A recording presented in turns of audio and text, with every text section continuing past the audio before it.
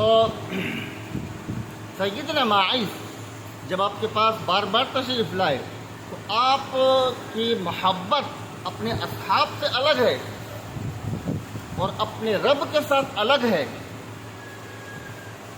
تو آپ منہ پھیر رہے ہیں، یعنی کہنا یہ چاہتے ہیں کہ خدا کے بندے میرے پاس سے جاؤ، کہیں بیٹھ کر 2 رکعت نفل پڑھ کے اللہ سے استغفار کرو، کیوں مجھ پر پیش ہوئے؟ کیونکہ میں شارع ہوں، میں اللہ کا نائب ہوں، ما ینطق عن الہویٰ، میں اپنی طرف سے کچھ نہیں بول سکتا، مجھ پر جو القاء کیا جائے گا وہ میں بیان کروں گا۔ خدا کے بندو، آپ کو چاہیے تھا کہ آپ وہاں بیٹھ جائیں، 2 رکعت نماز پڑھتے، استغفار کرتے، لیکن آپ کو چونکہ بے چینی ہو گئی، اور یہ ایمان کی علامت ہوتی ہے۔ میں نے آپ سے کہا نا، یہ دنیا کیا ہے؟ یہ دنیا گناہوں کا، بداعمالیوں کا، آوارگی کا، شراب نوشی کا، زناکاری کا، قتل و غارت کا ایک اڈا ہے۔ تو جب یہاں کوئی شخص گناہ کرے یا کوئی بدکاری کرے تو اس پر تعجب کرنے کی حاجت نہیں ہے۔ کیوں؟ کیونکہ اس نے دنیا میں وہ کام کیا جو اس دنیا کے مناسبت تھا، اس سے مناسبت رکھتا تھا۔ بات کو سمجھیں؟ اس دنیا سے وہ مناسبت یہی ہے کہ وہ یہاں پر گناہ کرے، جیسا کہ آج کل ہمارے آپ کے سامنے موجود ہے۔ ناچنے والیاں، ناچنے والوں کو ایک ہٹو بچو پروٹوکول دیا جا رہا ہے، ہٹو بھائی ہٹو ہٹو ہٹو، اس طرح کر کر کے، اور ایک عالم دین کی داڑھی کا مذاق اٹھایا جا رہا ہے۔ تو عظیمت ہے کیا ہے؟ وہ گناہ کا نہ کرنا ہے، سمجھے؟ دنیا میں اگر کوئی گناہ کر رہا ہے یا گناہ میں ملوث ہے تو اس پر تعجب کرنے کی حاجت نہیں ہے، کہ مسجد ہے نا، وہاں کوئی تلاوت کرتا ہے تو کوئی تعجب نہیں کرتا، کوئی نماز پڑھتا ہے تو کوئی تعجب نہیں کرتا، بیت الخلاء میں انسان اپنی حاجت کو پورا کرتا ہے تو اس کو کوئی برا نہیں کہتا، ہوٹل میں کوئی کھانا کھاتا ہے اس کو کوئی برا نہیں کہتا۔ تو بالکل اسی طرح جب کوئی انسان اس دنیا کے اندر کوئی بدکاری کرتا ہے تو اس کو آپ اس طریقے سے برا بھلا نہیں کہہ سکتے، ممنوع ہے شرعاً بھی، کہ ہو سکتا ہے کہ آگے چل کر وہ اللہ سے استغفار طلب کرے، تو آپ کو یہ حق نہیں ہے کہ آپ اس کو لعن طعن کریں گے۔ بات سمجھ؟ جو دنیا کے اندر کوئی گناہ کرے تو وہ دنیا کی مناسب کام کر رہا ہے، بات سمجھے؟ اب اس میں عظیمت جو اختیار کرے گا تو اللہ تعالیٰ اس کو انعام و اکرام نصیب کرے۔ عجیب باتیں ہیں، اگر میں گہرائی میں جاؤں گا تو آپ حیران ہو جائیں گے، اور بھی بہت سی باتیں ہیں جو میں قصداً نہیں کرتا۔ تو سیدنا ماعز کے متعلق آپ صلی اللہ علیہ وسلم نے کچھ نہیں فرمایا، کیوں؟ کیونکہ آپ منتظر تھے کہ یا تو یہ میری بات کو، یعنی میرے اشارے کو سمجھ جائے، یا پھر میں زبان سے کہوں گا تو پھر وہی کہوں گا جو مجھے اللہ نے حکم دے رکھا ہے۔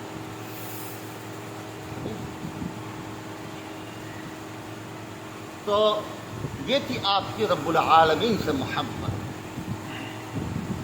اور اسی طرح واقعہ فدق، یہ جو سیدہ عائشہ صدیقہ رضی اللہ تعالی عنہا، ان سے متعلق جو تہمت لگی، تو کون نہیں جانتا کہ سیدہ عائشہ ایسی پاکیزہ خاتون، ان سے کوئی اس طرح کا فعل صادر ہوگا؟ لیکن آپ صلی اللہ علیہ وسلم کا خاموش رہنا کس وجہ سے تھا؟ سیدہ عائشہ صدیقہ رضی اللہ تعالیٰ عنہا نے کیا فرمایا کہ میں آپ کا شکریہ ادا نہیں کروں گی، میں اس رب کا شکریہ ادا کروں گی جس نے میری پاکیزگی کو بیان کیا۔ تو یہاں پر آپ صلی اللہ علیہ وسلم اپنی زوجہ سے متعلق بھی خاموش رہے، محبت رب العالمین کی۔ کیوں؟ ما ینطق عن الہویٰ، تو آپ اپنی طرف سے کچھ بھی کہنے کے یعنی وہ نہیں رکھتے تھے، اور نہیں رکھتے تھے کا کیا مطلب ہے؟ ایک نبی جو ہوتا ہے وہ وقت کا عالم ہوتا ہے، مجتہد ہوتا ہے، فقیہ ہوتا ہے، مفسر بھی ہوتا ہے، محدث بھی ہوتا ہے، منطقی فلسفی سب ہوتا ہے، سمجھے؟ تو وہ ایک نہیں 1000 رائے اختیار کر سکتا ہے، لیکن نبی صلی اللہ علیہ وسلم کا مزاج تمام انبیاء سے مختلف، یہ آپ صلی اللہ علیہ وسلم کی ایک عجیب شان ہے باقی انبیاء کرام کے مقابلے میں۔ آسمان پہ تشریف لے گئے تو 50 نمازیں دے دی، تو کچھ نہیں بول رہے ہیں، نیچے تشریف لے آئے۔ سمجھا کون رہے ہیں؟ سیدنا ابراہیم ہے یا سیدنا موسیٰ ہیں، بہرحال تو آپ صلی اللہ علیہ وسلم تو بس جو حکم دیا اتبعوا ما انزل الیکم من ربکم، کہ جو کچھ آپ پر نازل کیا جائے تو اب اس کی اتباع میں لگ جائیے، صحیح ہے؟ تو یہ جو 50 نمازیں لے کر آپ یہ جو لوگ اشکال کرتے ہیں نا کہ آپ صلی اللہ علیہ وسلم کو سمجھ نہیں تھی کہ وہ 50 نمازوں کا ان کو کیا اس بات کی کوئی فکر نہیں تھی اور فلاں کو تھی، تو ان بیوقوفوں کو کچھ پتہ نہیں ہوتا ہے سیاق کلام کیا ہے، صحیح ہے، مناسبت کیا ہے، کامن سینس، مناسبت، یہ چیزیں جب کسی عقل مند کو اللہ تعالیٰ دے دے نا، اس چیز کا نام ہے حکمت، اس چیز کا نام ہے حکمت۔ اور یہ حکمت و دانائی ایسی چیز ہے کہ جس کے آگے ہر چیز ناچیز ہے، ہر چیز ناچیز ہے۔ تو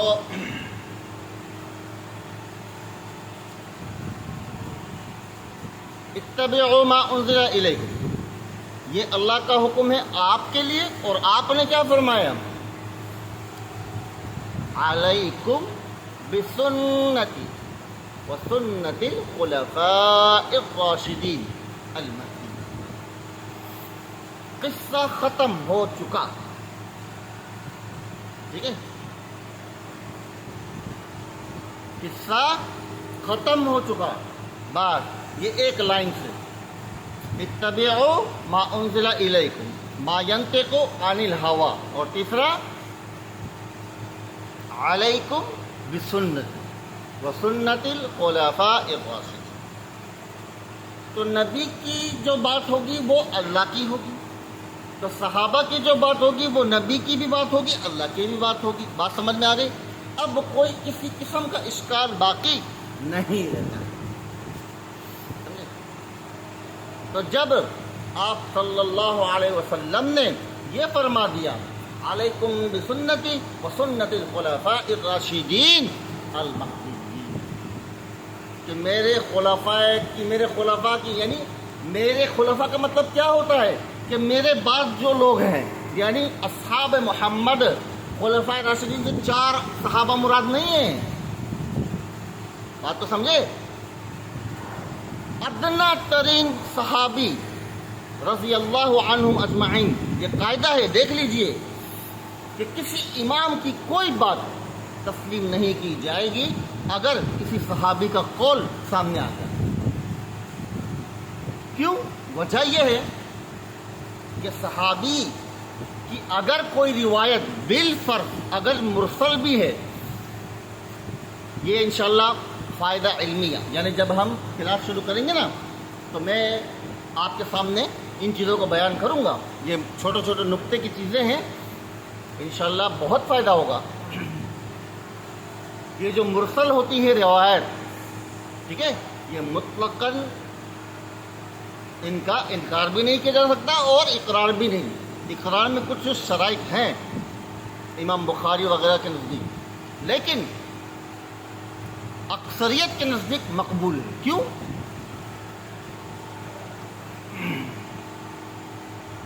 وجہ یہ ہے کہ صحابی رسول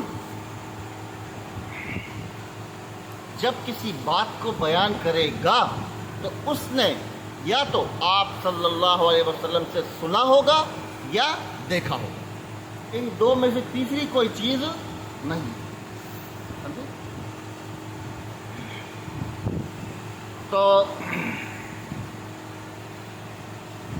آپ صلی اللہ علیہ وسلم کا اعتماد اپنے اصحاب پر اس قدر تھا کہ آپ نے فرمایا علیکم بسنتی و سنت الخلفاء الراشدین، اور اس میں تمام کے تمام اصحاب کیا ہو جاتے ہیں؟ داخل ہو جاتے ہیں.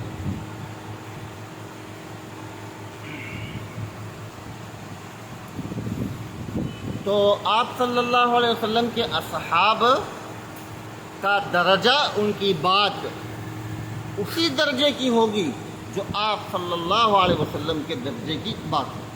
آپ سمجھے؟ اور آپ صلی اللہ علیہ وسلم کی بات کس درجے کی ہوگی؟ اسی درجے کی ہوگی جو قرآن کی. سمجھے؟ یہ مناسبت انتہائی قوی ہے. سب سے پہلے اگر یہ چیزیں اگر ذہن میں آ جائے نا تو جھگڑے فساد ختم. لیکن ان چیزوں کو کون سمجھائے گا؟ سمجھ سے بالا تر ہے. بہرحال میں آپ کو یہ بات کہتا ہوں کہ اصحاب النبی صلی اللہ علیہ وسلم سے متعلق کوئی بھی بات کرنا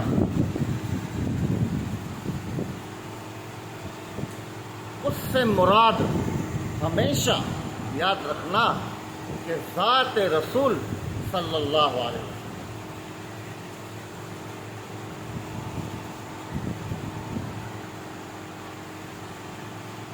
کیونکہ اصحاب کا صرف اور صرف نام کا استعمال کیا جاتا ہے، مراد ان کی نبی ہوتا ہے. یہ ایک بات آج عجیب مجھ سے سن لیجئے، یہ جتنے بھی منافقین تھے حرام زادے، آپ صلی اللہ علیہ وسلم کے دور سے لے کر آج تک ان کی دشمنی صحابہ سے نہیں رہی. جیسے ابو جہل ابی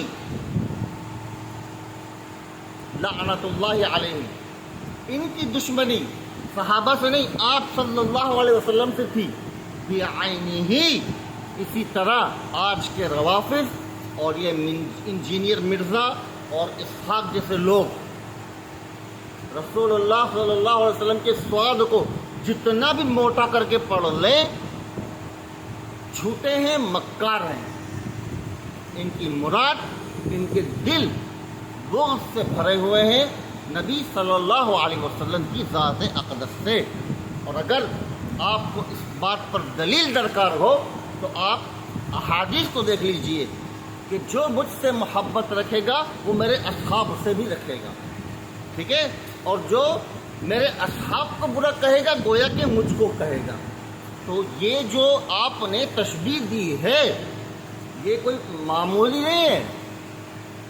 سمجھے؟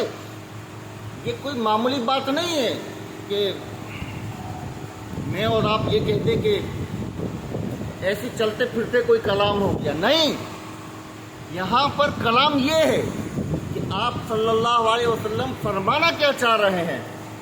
وہ یہ نہیں فرمانا چاہ رہے کہ وہ ابو بکر و عمر کو گالی دینے والا مسلمان نہیں ہو سکتا. نہیں، وہ ابو بکر و عمر کے ذیل میں آپ صلی اللہ علیہ وسلم پر نشانے بن گئے. آج کے روافض کو آپ دیکھ لیجئے. سیدنا علی رضی اللہ عنہ ان سے متعلق ان کو تو خدا کا درجہ دے دیں گے، ٹھیک ہے، لیکن ان کی زبانوں سے آپ کبھی بھی نبی علیہ الصلوۃ والسلام کی شان کو نہیں سنیں گے. اگر یقین نہ آئے تو ان کی تاریخ کو پڑھ لیجیے. تو یہ فقط بہانہ ہے. معاویہ، علی، عمر، ابو بکر وغیرہ وغیرہ، یہ صرف بہانہ ہے میرے بھائی، صرف بہانہ ہے. میں نے کہا نا کہ میں بات کی گہرائی تک جانے کی کوشش کرتا ہوں کہ آخر وجہ کیا ہے. تو اللہ نے مجھ پر اس بات کو واضح کیا ہے کہ ان کی دشمنی حدیث کے ذیل میں کہ آپ صلی اللہ علیہ وسلم نے فرمایا کہ کوئی مجھے سے محبت کرے گا یعنی میرے اصحاب سے تو وہ میری وجہ سے کرے گا، اور اگر کوئی میرے اصحاب سے بغض رکھے گا تو میری وجہ سے رکھے گا. تو اس کا مطلب ہی یہی بنتا ہے کہ مقصود اور مطلوب اور ہدف یہ صحابہ کرام نہیں ہیں بلکہ ذات نبی صلی اللہ علیہ وسلم. یہ بات شاید آپ نے پہلے کبھی نہ سنی ہو، اس پر تحقیق کر لیجیے، دیکھ لیجیے. یہی بات انشاءاللہ آپ کے سامنے آئے گی کہ یہ جب بھی اصحاب محمد کا تذکرہ کریں گے تو ایسی صورت میں مراد ان کی کون ہوں گے؟ خود ذات رسول صلی اللہ علیہ وسلم.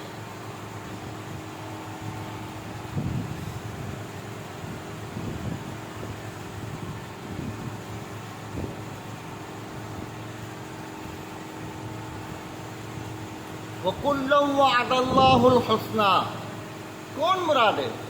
صحابہ کرام مراد ہیں بلا تفریق، ٹھیک ہے. اور جو صحابی نہیں ہے تو وہ منافق ہے، اس کی وضاحت ہو چکی، اس کو صحابہ کی لسٹ سے خارج کیا جا چکا اسی زمانے میں. جائے کہ آپ سیدنا معاویہ کی شان میں کوئی بات کریں، کوئی مطلب ایسے صحابی ہوں کہ جن کا کوئی تذکرہ کبھی کسی نے سنا نہ ہو، سمجھ میں آنے والی چیز ہے، سمجھے.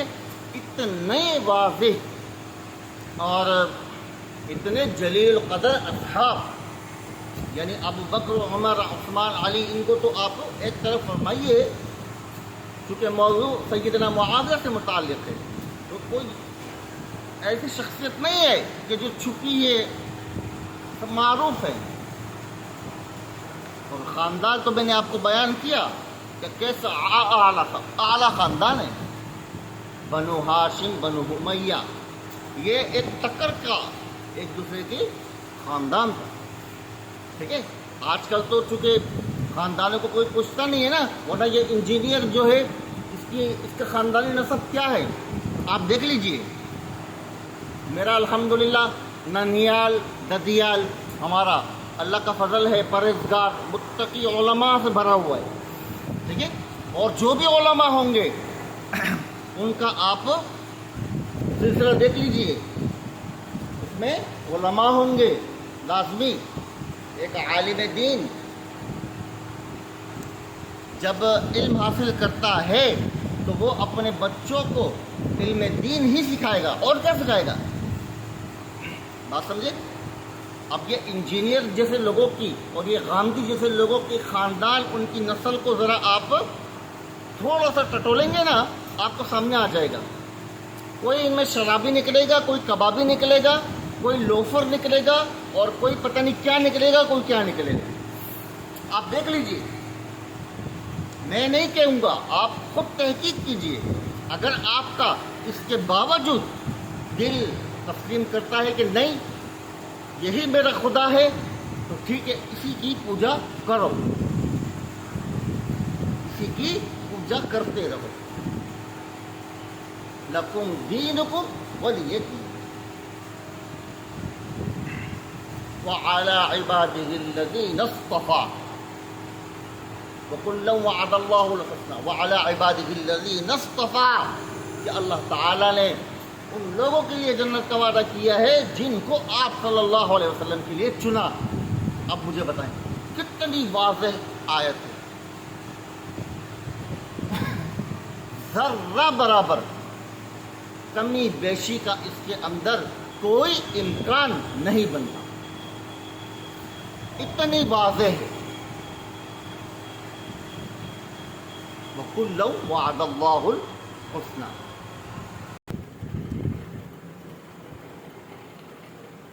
یہ جو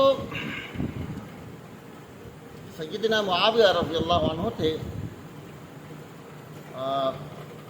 جسم کا کارڈ وغیرہ کا جو حساب ہوتا ہے اس اعتبار سے یہ ذرا چونکہ قائدانہ مزاج تھا ان کا، ان کی صلاحیت تھی، تو یہ خوب ماشاءاللہ اونچے بھی تھے، سفید چہرہ تھا اور ہاتھ ایسے چوڑے چوڑے ہاتھ تھے اور اتنے بہادر اور نڈر تھے کہ بس کیا بتائیں. البتہ ان کی ایک عجیب بات جو میں نے نوٹ کی وہ یہ تھی کہ ان کے بارے میں صحابہ کرام بہت زیادہ ان کے حلم، ان کی برداشت کا امتحان لیا کرتے. ہمارے ہاں جب کسی عالم دین کو کوئی مرتبہ مل جاتا ہے نا تو اس کا مزاج اتنا سا ہو جاتا ہے. ٹھیک ہے، یعنی ذرا سی کوئی کڑوی بات ہو جائے نا تو فوراً وہ غصہ ہو جائیں گے، یعنی یہ طبیعت ہو جاتی ہے. صحیح ہے. البتہ صحابہ کرام اور تابعین تبع تابعین، ان کی نیچر، ان کی جو فطرت ہے بہت جدا ہے.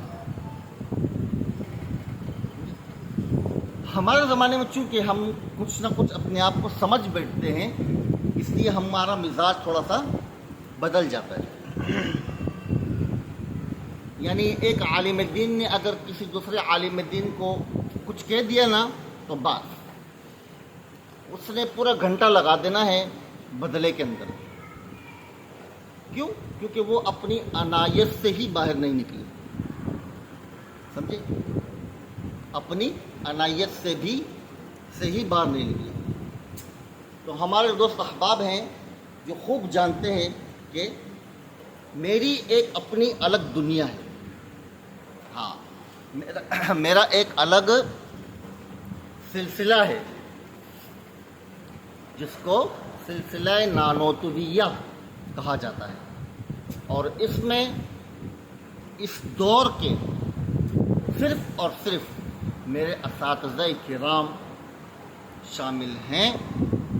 اس کے علاوہ چند ایک اور ہیں، اور اس کے علاوہ کوئی بھی شامل میں نے نہیں کیا. مطلب میرا ایک مزاج ہے. انسان سوچ رکھتا ہے نا، کچھ بھی رکھ سکتا ہے. تو ہم نے اگر ایک شروع سے مطلب ایک سوچ، ایک معیار بنا رکھا ہے، تو اب وہ ہماری محبت ہے ان کے ساتھ بھی اور ان کی نسبت سے آپ صلی اللہ علیہ وسلم اور اللہ رب العزت کی ذات کے ساتھ. تو اسی لیے میں نے اپنے سلسلے میں ایسے مولویوں کو داخل ہی نہیں کیا. یہ بات شاید آپ کو تو سمجھ میں نہ آئیں گی. ہمارے دوست احباب جو میرے ساتھ ہوتے ہیں واٹس ایپ وغیرہ پہ، وہ ان باتوں کو بہت اچھی طریقے سے سمجھ چکے ہیں، یا وہ سمجھتے ہیں کہ میں کیا کہنا چاہتا ہوں. ٹھیک ہے نا. ابھی میں نام نہیں لیتا، لیکن ہمارے ایک مولوی صاحب نے کچھ کیا نام ہے، یہ عمران خان کے بارے میں کچھ کہہ دیا، مثبت رائے کو اختیار کیا، تو دوسرے مولوی صاحب نے پورا 1-1.5 گھنٹے کا بیان کر دیا. سمجھے نا. تو یہ ہوتا ہے. کیوں؟ کیونکہ ان کی عنایت ابھی تک موجود ہے، اور ہمارے نانوتوی سلسلے کے اندر انانیت فنا ہوتا ہے. انا جو ہوتی ہے سیلف رسپیکٹ جس کو بولتے ہیں سیلف رسپیکٹ، تو یہ نہیں ہوتی. وجہ خافضۃ رافعہ، یہ وجہ ہے. بہرحال تو سیدنا معاویہ ان کی حلم اور بردباری یہ بڑی مشہور ہے. ان کو بعض اصحاب چھیڑتے تھے ان کا امتحان لینے کے لیے، اور وہ ماشاءاللہ اپنے اس میں رہتے تھے، مطلب رعب اور دبدبے کے اندر. تو بہرحال سب سے پہلی جو بات ہے، ایک تو یہ سن لیں کہ جتنے بھی شبہات ہیں سیدنا معاویہ رضی اللہ عنہ سے متعلق، ان میں کوئی حقیقت نہیں. اگر کوئی حقیقت ہوتی واللہ العظیم میں اس کو بیان کرتا اور اس کی تہ میں جا کر اس کی اصل مغز کی جو بات ہوتی میں اس کو آپ کے سامنے رکھتا اور منصف آپ کی ذات کو بناتا کہ اب دیکھیں. لیکن وہ خدا ہی کیا ہے کہ جس کی خدائی کے اندر یعنی مخلوق کے اندر کوئی ایک ذرہ برابر نقص نکال کے دکھا دے، سوال ہی پیدا نہیں ہوتا. بات کو سمجھیں. آپ یوں سمجھیں کہ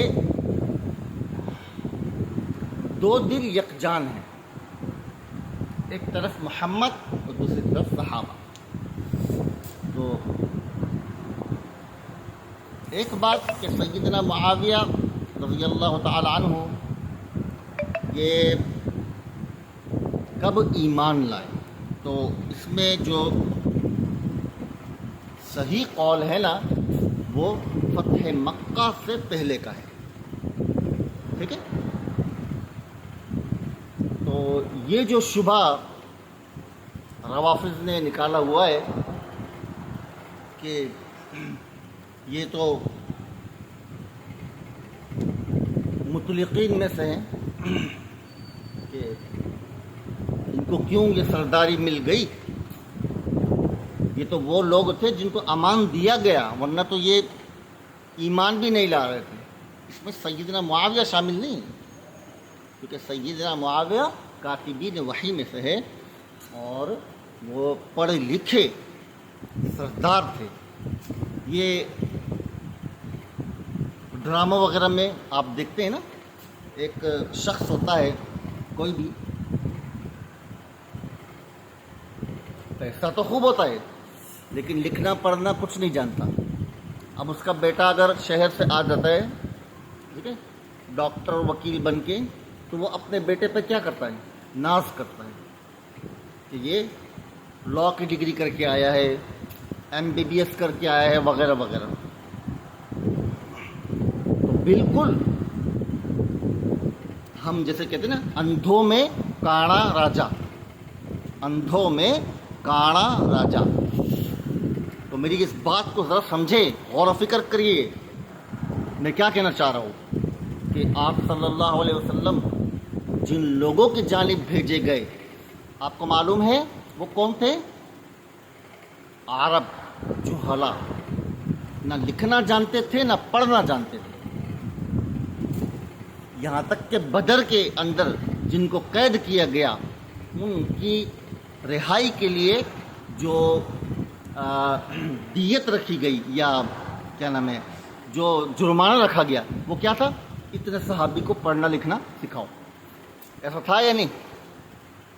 تو بالکل اسی طرح سیدنا معاویہ رضی اللہ تعالی عنہ کی ایک بڑی شان تھی مکہ کے اندر کہ اس وقت اصحاب نبی میں سے جو لوگ لکھنا اور پڑھنا جانتے تھے ان کو بڑا مقام حاصل تھا. اس میں ایک سیدنا معاویہ رضی اللہ تعالیٰ. سمجھ گئے؟ جاہل کی اولادوں، تمہیں معلوم کیا ہے ہمارے اصحاب کے بارے میں؟ تو بس اس پر میں ابھی آج اینڈ کرتا ہوں. انشاءاللہ اگلی جو ویڈیو ہوگی تو اس میں سیدنا معاویہ سے متعلق چند ایک جو باتیں ہیں وہ آپ کے سامنے پیش کر کے پھر اس پر جو نانوتوی رائے ہوگی وہ پھر میں آپ کے سامنے ضرور بیان کروں گا، تاکہ یہ قصہ اپنے تمام کی تمام جزیات کے ساتھ کیا ہو جائے، تام ہو جائے، ختم ہو جائے۔ اور پھر اگر کوئی بات کو تسلیم نہ کرے تو وہ اپنی ہٹ دھرمی کی بنا پر ایسا کرے گا، ورنہ اللہ تعالیٰ کا یہ وعدہ ہے کہ وہ ہر ایک شخص تک اپنے دین کو حجت اللہ البالغہ، اللہ تعالیٰ کی حجت کا تام ہونا، یہ اللہ کا وعدہ ہے کہ اس تک پورا الف سے لے کر یا تک کھول کے ایک کتاب کو پیش کرنا یہ باری تعالیٰ کا حق ہے، اور ہر زمانے میں ہوا، ہمارے دور میں بھی ہوا، اور آخر میں ہم بھی انشاءاللہ انہی کی اتباع کرتے ہوئے آپ کے سامنے پیش کر دیں گے۔ باقی آپ کی مرضی ہے، چاہے تو قبول کریں اور کامیاب ہو جائیں، اور چاہے تو قبول نہ کریں اور پھر ناکام ہو جائیں۔ بس یہ گرمی دیکھ لیجئے، اور روز محشر کا جو وقت ہے اس کو بھی ذرا سا ذہن میں رکھ لیجیے۔ وآخر دعوانا ان الحمد للہ رب العالمین۔